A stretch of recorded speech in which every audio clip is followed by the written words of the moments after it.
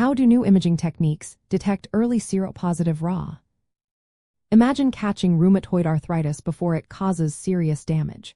That's what new imaging methods are helping doctors do, especially in patients with seropositive rheumatoid arthritis.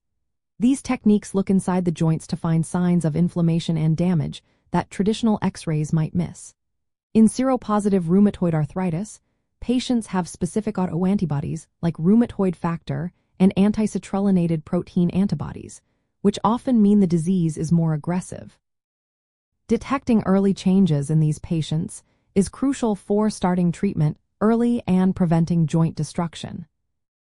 Magnetic resonance imaging, or MRI, is one of the most sensitive tools available.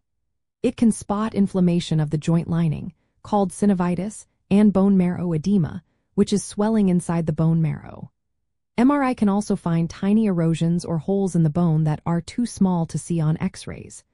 Because MRI creates detailed three-dimensional images, it can show soft tissue and bone changes early in the disease process. Studies show that MRI findings often match disease activity and can even predict how quickly joint damage might develop in seropositive patients. Ultrasound is another powerful imaging tool.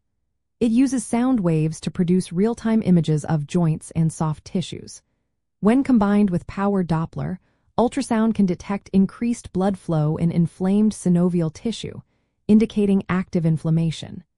This is especially useful because ultrasound can find inflammation in joints that look normal on physical exam or X-ray. It's quick, safe, and widely available, making it ideal for monitoring disease activity and response to treatment in seropositive rheumatoid arthritis. Positron emission tomography, or PET, is a more advanced technique that uses radioactive tracers to identify metabolic activity associated with inflammation. New tracers can target immune cells like macrophages, which are active in inflamed joints. When combined with computed tomography, or MRI, PET provides both functional and structural information. It can detect inflammation even before symptoms appear, which is helpful for identifying people at risk of developing full-blown rheumatoid arthritis. Fluorescence optical imaging is an emerging technology that uses special dyes to visualize inflammation in the hand joints.